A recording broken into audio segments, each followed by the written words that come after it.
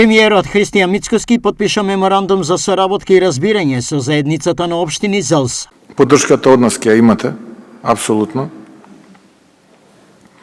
Тука да немате дилема, тука има представници од различни политички партии, но граѓаните ние сме влада на сите граѓани, без разлика дали тие гласале за нас или не гласале за нас, дали не поддржуваат или не поддржуваат, ние сме влада на сите граѓани.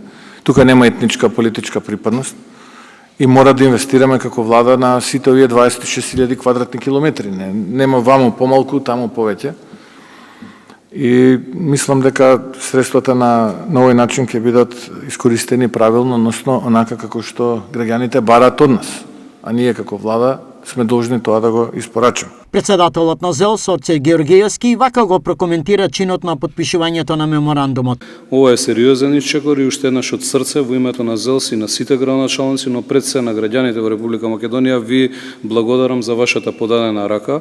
Ветуваме од наша страна дека ќе бидеме максимално кооперативни, ќе излегуваме во пресред на сите барања на институциите поврзани со владата и секако вам како премиер тука сме отворени за соработка и се надевам дека ова ќе биде еден нов почеток на соработка помеѓу општините и владата, како што досега немало за жал во државава години на нас.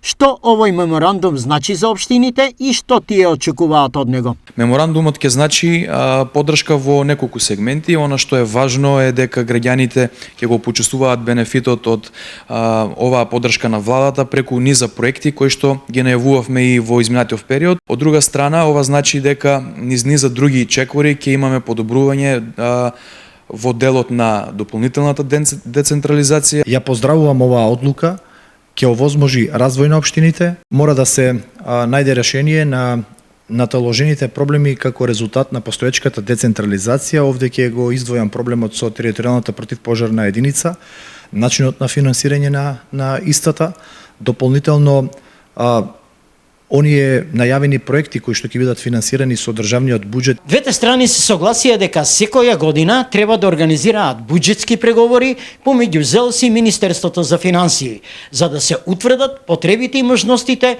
на локалната и централната власт.